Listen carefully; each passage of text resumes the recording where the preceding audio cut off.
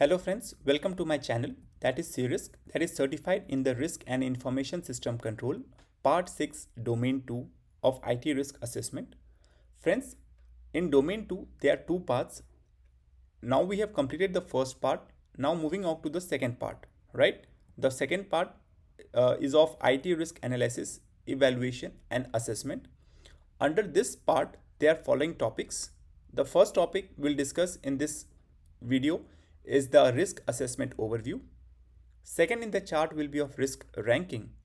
Third, risk map and its benefits. Fourth, we'll discuss about the risk ownership and accountability. Fifth, documenting the risk assessment. And sixth in the chart will be the addressing risk exclusion. Friends, please do subscribe to our channel and stay tuned. In this chapter, in this video, we'll cover each and every topic in detail, right? Okay, without wasting time, let's start with the today's topic. The first, in the part B, it is of IT risk analysis, evaluation and assessment. Let's start of the first, that is risk assessment overview. Friends, this is the chart what we are seeing on the video. First, after the risk is identified, right, and documented in the risk register, the next step in the risk management life cycle is shown in the chart, right? The first, IT risk identification, IT risk assessment, risk response and mitigation, and fourth will be the risk and control monitoring and reporting, right? IT risk is a subset of enterprise risk, friends, right? And the risk faced by the IT system is most often measured by the impact of an IT related problems on the business services that the IT system supports, right? Calculation or assessment of IT impact must consider dependency of the other system, department, business partners, and users on the affected IT system. Friends, risk assessment is a process, right, which is used to identify and evaluate the risk and its potential effect, which includes the evaluation of the critical functions necessary for the enterprise to continue business operation. Next, risk association with each of the critical functions. Control in place to reduce the exposure and their cost. Prioritization and of the risk based on the likelihood and potential impact. Next, relationship between the risk and the enterprise risk appetite and tolerance. And at last, the risk assessment process generate the information used to respond to the risk in an appropriate and cost-effective manner. Let's understand, friends, with an example. Imagine you are in charge of making sure that things go smoothly in a big company, right? You know that there are potential problems. You can term it as a risk that could come up, right? Like computer system breaking or other issues. The first step is to write down all these possible problems in a list called a risk register, right? Now, after you have listed this thing, the next thing to do is to figure out how much this problem could affect the company, right? Think of it like it is if a computer system crashes, right? How bad it could be for the company services, right? It is really bad, right? That's the high risk problem. So if it's not so bad, it is a lower risk problem, right? This is called assessing the IT risk level. Friends, IT risk means the chances of something going wrong with the computer system.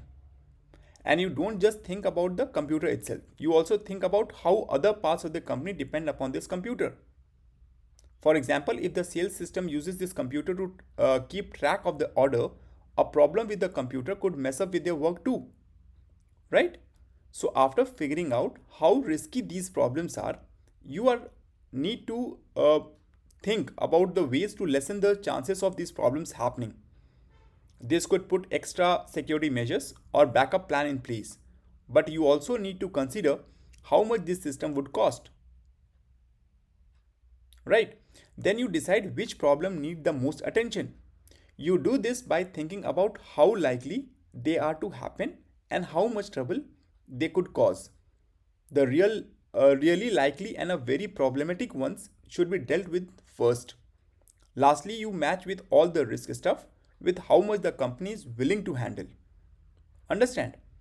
So some companies are okay with taking the big risk while others want to play it safe. When you go through all these steps, you get a better idea of how to handle the problems that might come up. This whole process is called the risk assessment. Understood? And it helps the company to prepare in a best and most affordable way. Right? Let's move on. Let's move to a different other topic, that the risk assessment overview. Right? Friends, whenever the aim is to make results that can be compared over time, right? It is a good idea to use a dependable risk assessment method, but experts in the risk don't have to stick to just one or a few methods. Each method has its own strength and possible downsides, right? So so the risk expert should pick a method that fit the situation of the assessment. There are several assessment overview. We'll discuss each and everything in a coming videos. The first, just have a word with it, that Bayesian analysis. After that, bow tie analysis, brainstorming oblique structure interview. Next, cause and consequences. Fourth, cause and effect analysis, checklist, Delphi method, event tree, fair, fault tree, HACCP, HAZOP, harm, HRA, LOPA, Lotus method of brainstorming, Markov, Monte Carlo, Octave, reliability centered maintenance, preliminary hazard sneak circuit analysis, and structured what if, that is Swift analysis. Many methods exist and vary in complexity, right? Choices should follow best fit for the enterprise unless otherwise mandated or regulated. So let's discuss each and every assessment overview in a easier way. Let's start, right? Okay, the first will be the Bayesian analysis. What is Bayesian analysis? Friends, as per the CRM, the basis analysis is a method of statistical inference that uses prior distribution data to determine the probability of a result, right?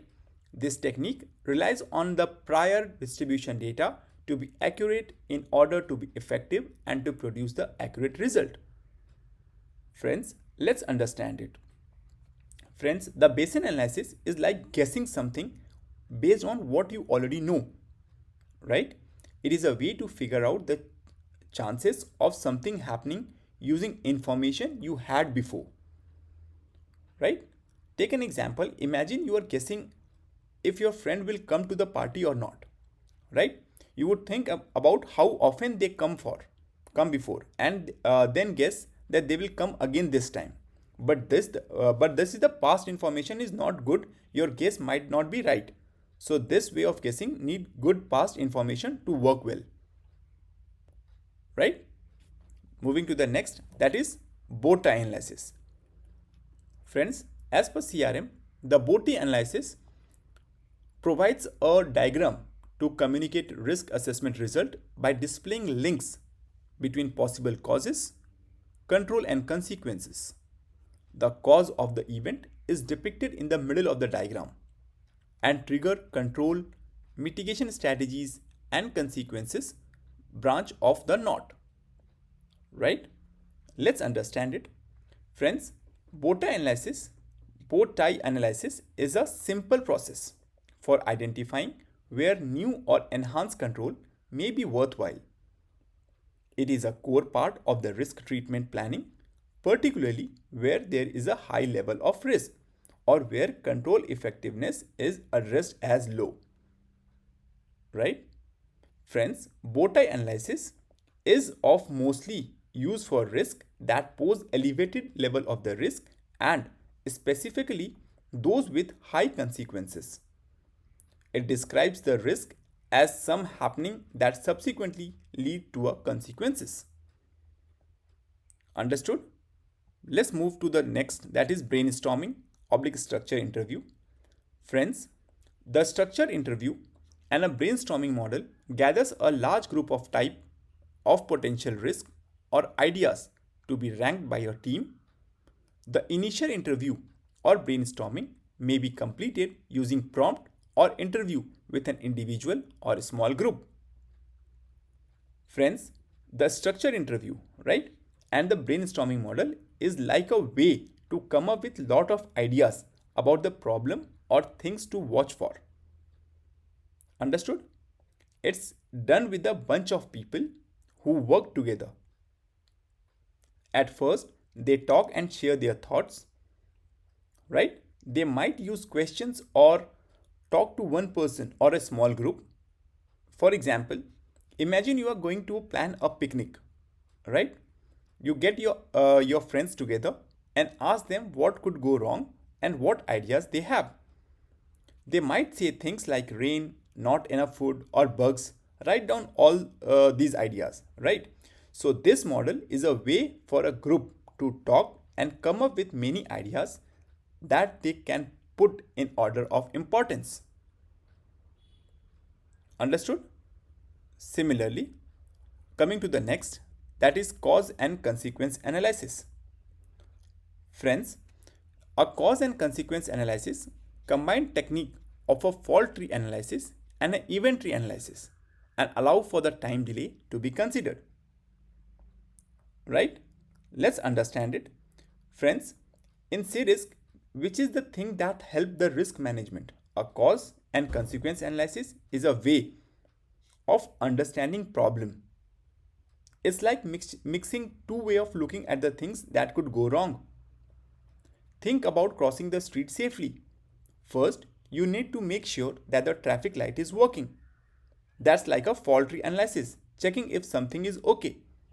Then you think about what might happen if you cross when it is red. That's an event tree analysis. Think about different outcomes, right? Now sometimes the traffic light changes after you press the button, but not immediately, right? This is called a time delay. The cause and consequence analysis in the Crisc help you to understand how these time delay can affect your decision and what might go wrong. So it's about using two ways to think about the risk and also thinking about how time plays a part, just like making sure you crosses the street safely. Understand? Let's move on. Cause and effect analysis. Friends, the cause and effect analysis looks at the factor that contributed to a certain effect and group to cause into categories, which are then displayed using a diagram, typically a tree structure or a fishbone diagram. Let's understand it. Friends, in Crisc, which is about managing the risk, there is something called a cause and effect analysis, right? This helps us to understand why something happened, right? Let's take an example. Think about a messy room, right? There are different reasons for it. Maybe you don't clean up, or you had a busy day, or you don't have a storage place. These reasons are the causes. Now you can group these causes into categories like cleaning, time, and storage. Imagine you draw a picture to show these groups and causes. It might look like a tree or a fishbone, which main problem is like the messy room is in the center. Then the branches show the categories, that is cleaning, time, storage, and leaves show the specific causes like didn't clean up, busy day, or no storage places. So cause and effect analysis help us to understand why something happened by grouping causes into categories and drawing a picture to show them, right? Just like figuring out why your room got messy, right? Friends, till this time, hope you have understood each and every risk assessment. Let's move on. Now, the next in the chart is the checklist. Friends, a checklist is a list of potential or typical threat or other considerations that could be of interest to the organization, whose items can be checked off one at a time and as they are completed. Friends, the risk practitioner may use previously developed list, codes, or a standard to assess the risk using this method. Right? Friends, Let's understand it.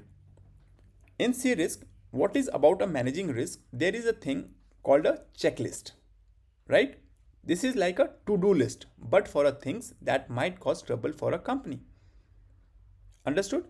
Think about making a list before going on a trip, right? You write down things like pack clothes, bring passport, and charge phone. These are the things you need to do to remember. Now imagine a company making a checklist for things that could be a problem, right? They might write down things like protect consumer data, back up important files, and have a plan for emergency. When they finish each thing on the list, they can check it off. Just like when you pack your clothes or charge your phone before your trip, sometimes people use this list that were made before or follow the rules to see if the company is safe from the risk.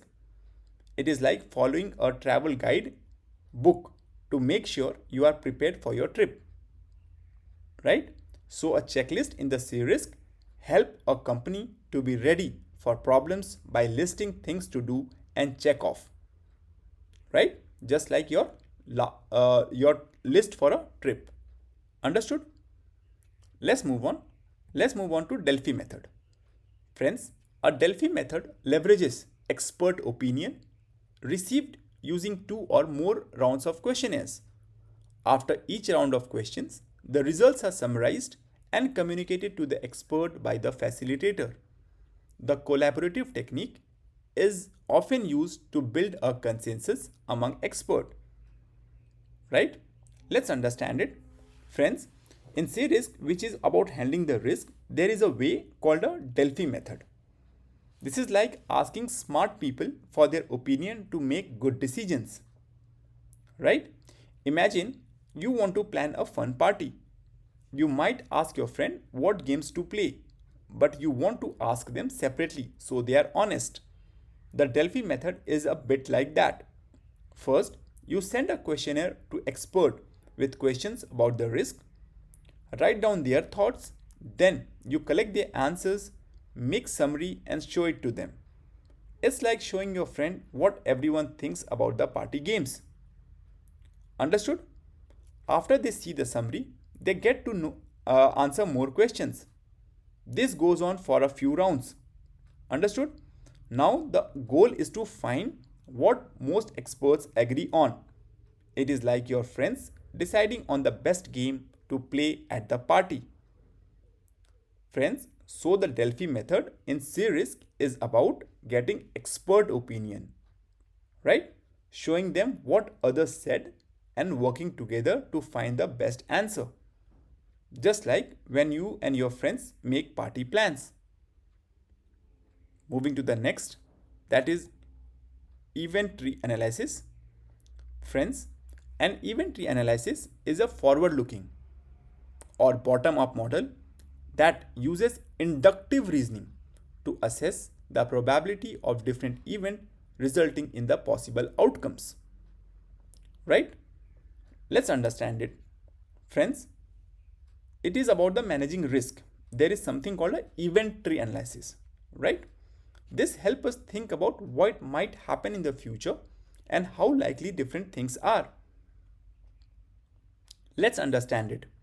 Imagine you are planning a picnic, right? You start by thinking about the weather, right? There could be a sunny weather, rainy weather, or something in between. Right?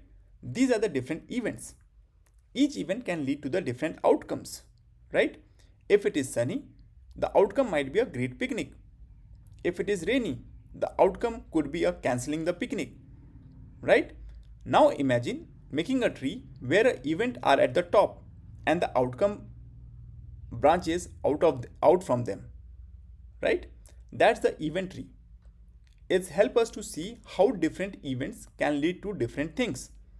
So an event tree analysis in C-Risk is like thinking about what might happen, right? And what could result from those happenings, that is outcomes. Just like planning your picnic based on the weather, right? Coming to the next, that is factor analysis of information risk, that is FAIR. Friends, Fear is a taxonomy of the factor that contribute to the risk, how they affect each other, right? It is primarily concerned with establishing accurate probability for the frequency and magnitude of data loss event, right? Friends, fear is a way of classifying things that make the risk and how they connect. It mostly focuses on figuring out how likely and the big data loss event could be. Understood? Let's move on. That is, next is the fault tree analysis.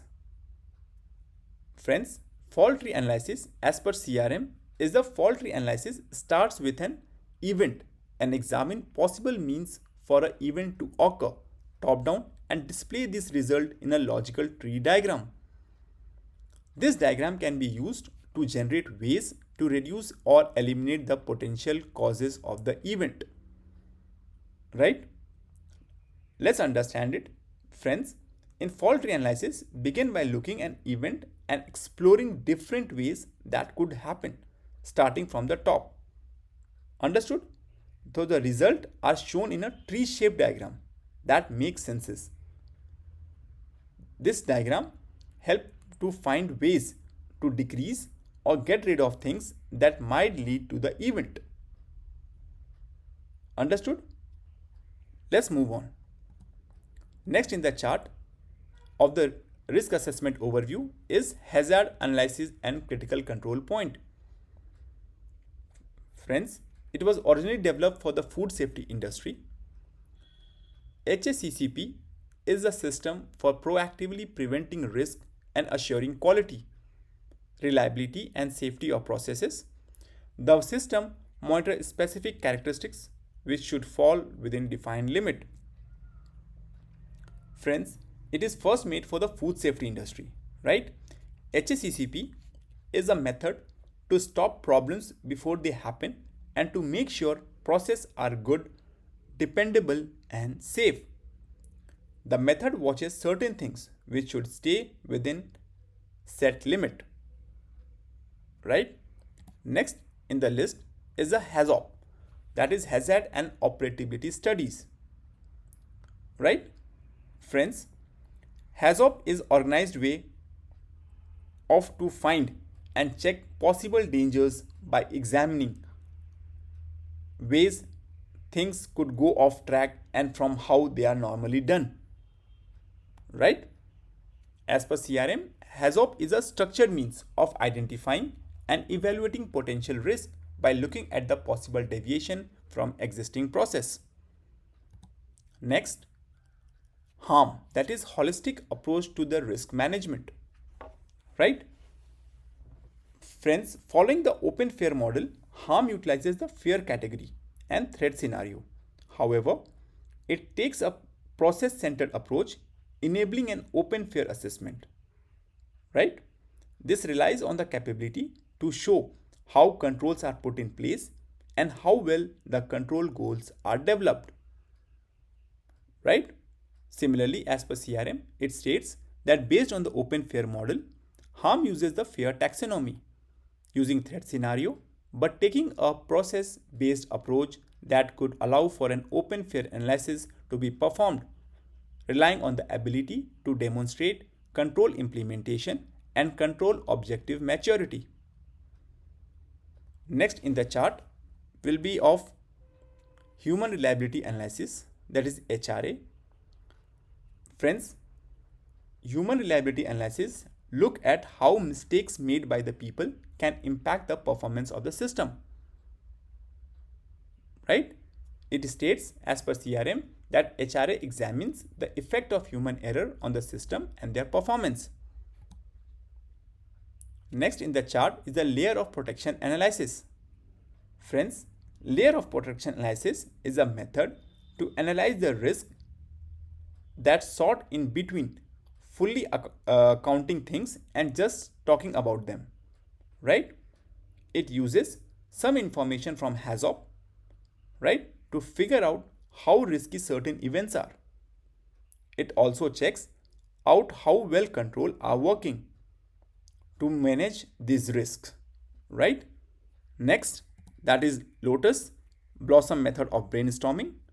Friends, lotus blossom is a way to come up with the idea of drawing a picture.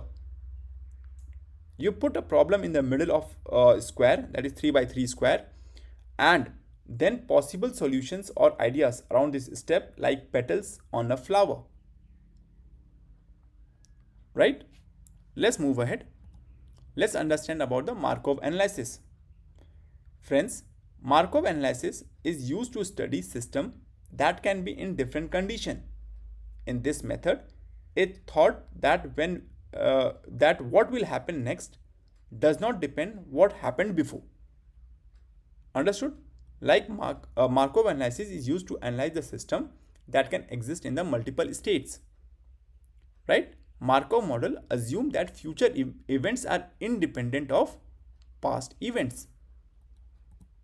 Next, in the chart is the Monte Carlo analysis. Friends, Monte Carlo simulation is a way to figure out how a system's overall performance changes when its parts vary. Right? You do this by taking different inputs, each with its own way of changing, and seeing how they impact an end result. This is often done with models where you can describe how input influences output using math. Right? Input can follow different patterns like triangles or the beads to show different level of uncertainty. This helps with the risk assessment. Right? Next in the chart is the octave, that is operationally critical threat, asset and vulnerability evaluation. Friends, octave is a versatile method, right, for evaluating the risk. Understood? It involves a small group from different parts of a company like the operational and the IT team working together to handle security concern. They gather information from many employees to understand the current security situation, find risk to important things, and create a security plan. This approach can be customized to fit various types of businesses. Understood? Next in the chart is preliminary hazard analysis. Friends, preliminary hazard analysis is a way to see what dangers could hurt a company's operation, building, or system. The outcome is a list of possible risks. Right? Let's move on. Let's understand about the reliability centered maintenance. Friends, reliability centered maintenance is a method to study how something works and the way it might break, especially when it comes to a physical thing like equipment. Right? Next, sneak circuit analysis. Friends, sneak circuit analysis is used to find mistakes in the design or hidden situation, like problems with hardware, software, or combined condition. These problems might not show up during regular tests but can lead to things not working correctly, delays in the project, or even putting people at the risk. Similarly, next in the chart is structured what if technique, that is SWIFT. Friends, a structured what if technique is a method that organizes thinking in a workshop to find the risk. It does this by using prompt and guide words in a planned way. Usually, it is done alongside another technique for analyzing and checking the risk. Right? Friends, here we have finished that risk assessment, all the charts what we have discussed in previous video. Let's move on. Let's move on to the next, that is risk ranking. Friends, what is risk ranking? The person in charge with the risk uses this finding from studying risk to put them in a list, right? The list helps to decide how to handle each risk, right? The list is made of looking at the different parts of the risk, like how dangerous the threat are and how vulnerable something is, right? how likely a control will work, and how much harm a successful attack could do. All these things show how risky a threat is, right? Friends, risk analysis help us to prioritize the risk response and the allocation of the resource. The impact could be considered the various dependency of the affected IT system. After risk is determined, it could be ranked to direct risk response effort, most often measured by the impact on IT related problems on services that IT system supports. Right? In this, the components, the recognition of the threat, quality and capability of the threat resources, recognition of the severity of the vulnerability, likelihood of attack success when considering effectiveness of the control, and impact of a successful attack on the enterprise. Together, these indicates the level of the risk associated with the threat. Right? Friends, risk ranking is the process of identifying the high risk and ranking them so that they can give given priority for the risk treatment. Risk can be ranked either on the basis of impact of the monetary value, right? Risk with the high monetary impact should be prioritized for the risk treatment. Risk can also be ranked on the basis of qualitative parameters such as high risk, medium risk, and low risk. High risk should be prioritized for the risk treatment, right? Similarly, ranking each risk based on the probability and impact is critical in determining the risk mitigation strategy, right? For cost-effective security arrangement, a level of security should be based on criticality of the assets. That is, critical asset should get enhanced protection as compared to the other assets, right? Moving on to the risk map. Friends, it's a quite important thing. Let's understand it easily and an elaborated way. Friends, the risk heat map is a powerful visualization tool for enterprise risk management, also known as the risk heat chart or risk matrix, what we have shown in the video. It shows that the risk likelihood on the horizontal axis and risk impact on the vertical axis.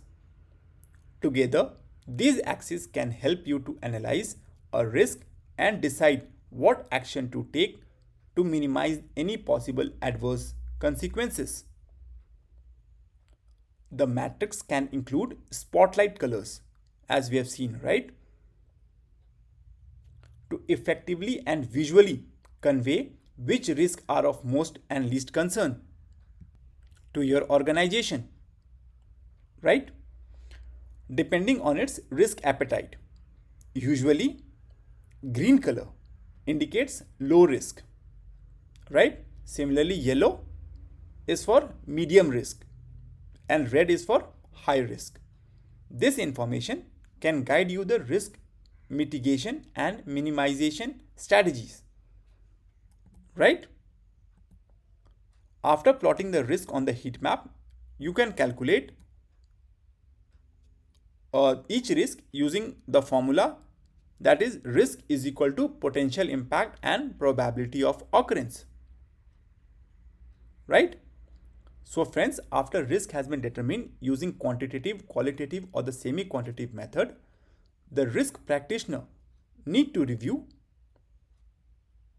whether the risk level are within the boundaries of acceptable risk as defined by the senior management through the setting of the organization risk appetite and risk tolerance, right?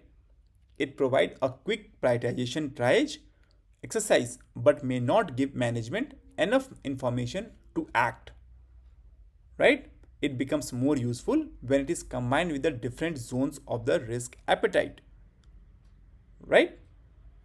Okay, let's understand about the benefits of the heat risk map.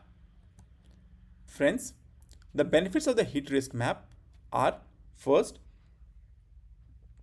show a holistic view of the risk, right? Friends, the map presents a big picture and a concise view of the risk, especially if you are a scenario based ERM approach. if you identify the maximum number of future scenarios, the risk factor, and the risk of each scenario, you can better understand the company's overall risk health, coverage, and profile. You can also identify and address any overlooked areas of ERM and internal control process. Right? Moving to the next, that is communicate risk information to the stakeholders.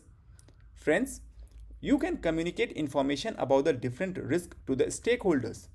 Since the map is a visual tool, it is easier to understand the seriousness of the each risk and take faster action, right, to address them. Next, improve the risk prioritization. Friends, one can assign weight to each risk to help with the risk prioritization, so you can better understand where to focus your ERM energies. Next, improve decision making. Friends, in this, one can make better and more strategic decision about which mitigation strategies to implement based on the probability and likely impact of the risk. Next, help create an enterprise-wide risk language. Friends, creating a common language of a risk which can be very useful when you need to have discussion about the risk assessment process with senior leaders, business units, audit committees, and the board of directors. Right? Different departments need to understand how risk in one department could affect other department. Right? Friends, once the level of the risk is figured out using different methods, the person dealing with the risk has to check if these risk levels are okay according to what the higher ups in the company have decided is acceptable. This is determined by how much risk the company is willing to take and what kind of risk they can handle. Right? So when we analyze the risk, we are working out how likely something bad might happen and how bad it could be if it would be if it did, right? But when we evaluate the risk, we are looking at those situations in relation to what the company can handle and what kind of risk they are okay with. So this risk us decide this help us to decide if the situation is too risky or if it is manageable based on the company's preferences. This is often shown visually by putting each threat on a map. The map has two lines, right?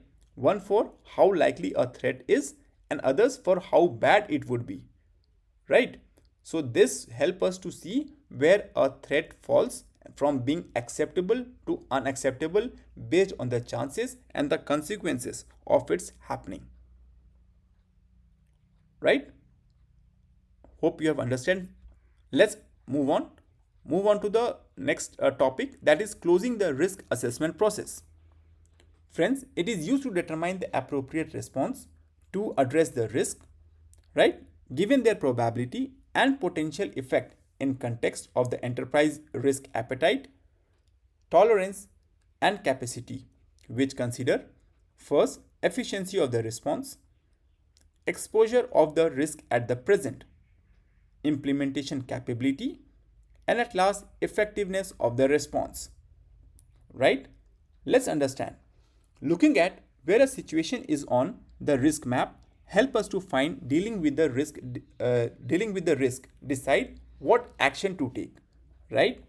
The map has different sections from making things better to needing urgent action based on how likely and how bad a situation could be. Right? By understanding where the situation is on the map, the person can focus on the risks that are too high and need immediate attention.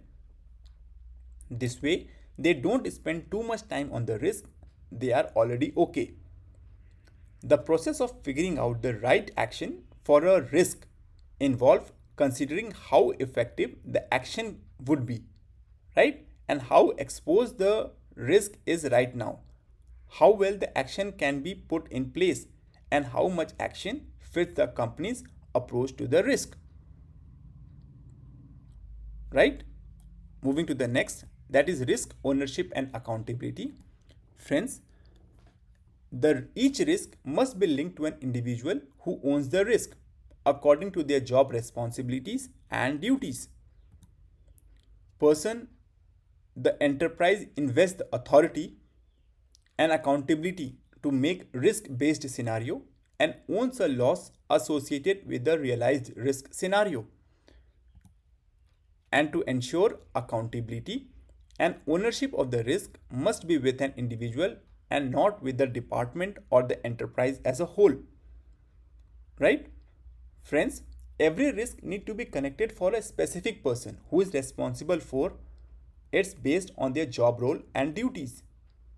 This person is called a risk owner and has the job of deciding the best way to deal with the risk. They need to have the authority to make decisions for a company and can be held responsible for what they decide.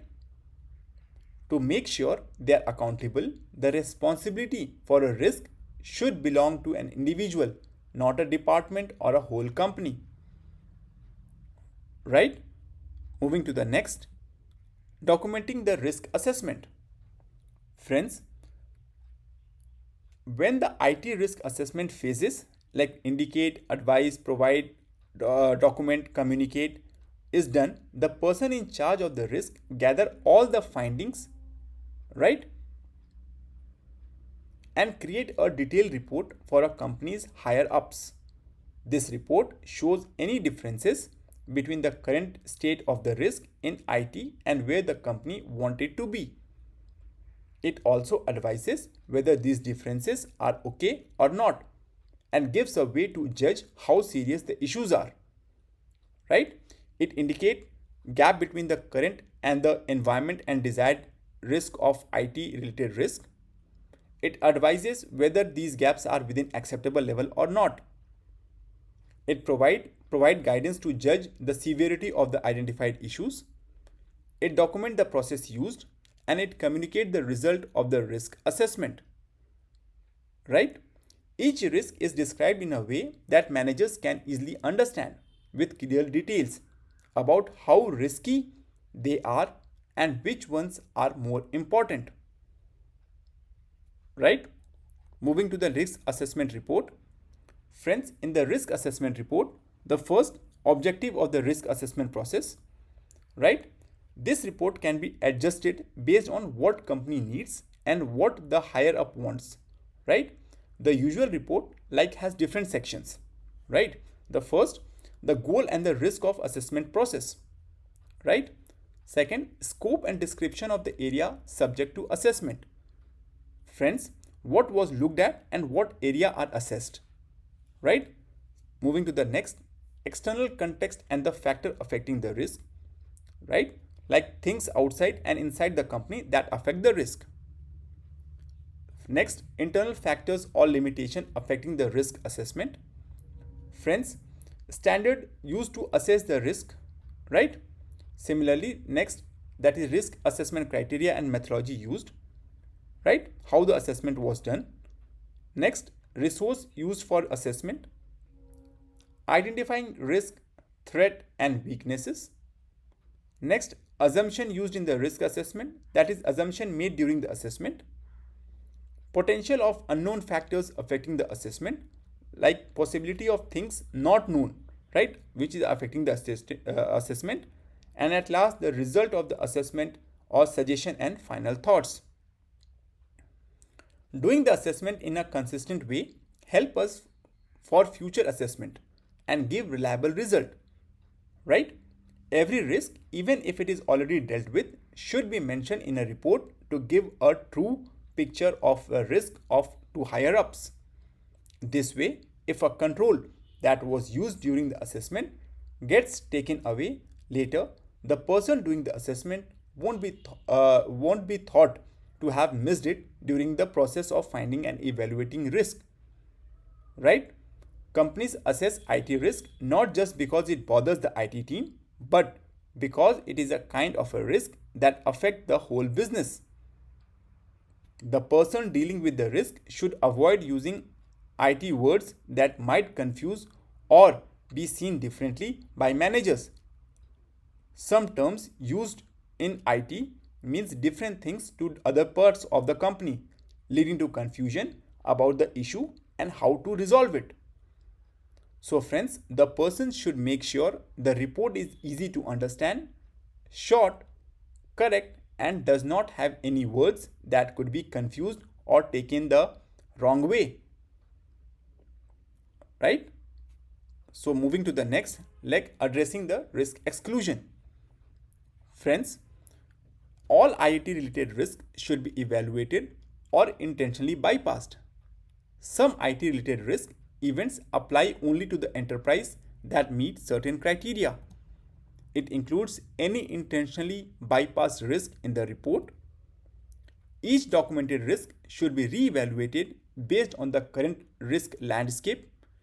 New type of the risk can be discovered or overlooked. Sources may become relevant. Friends, the person handling the risk should be careful to make sure that all IT risks are either looked at or decided not to be included on purpose, right? Based on what the risk assessment cover and if the risk matter to the company goal or the things they have.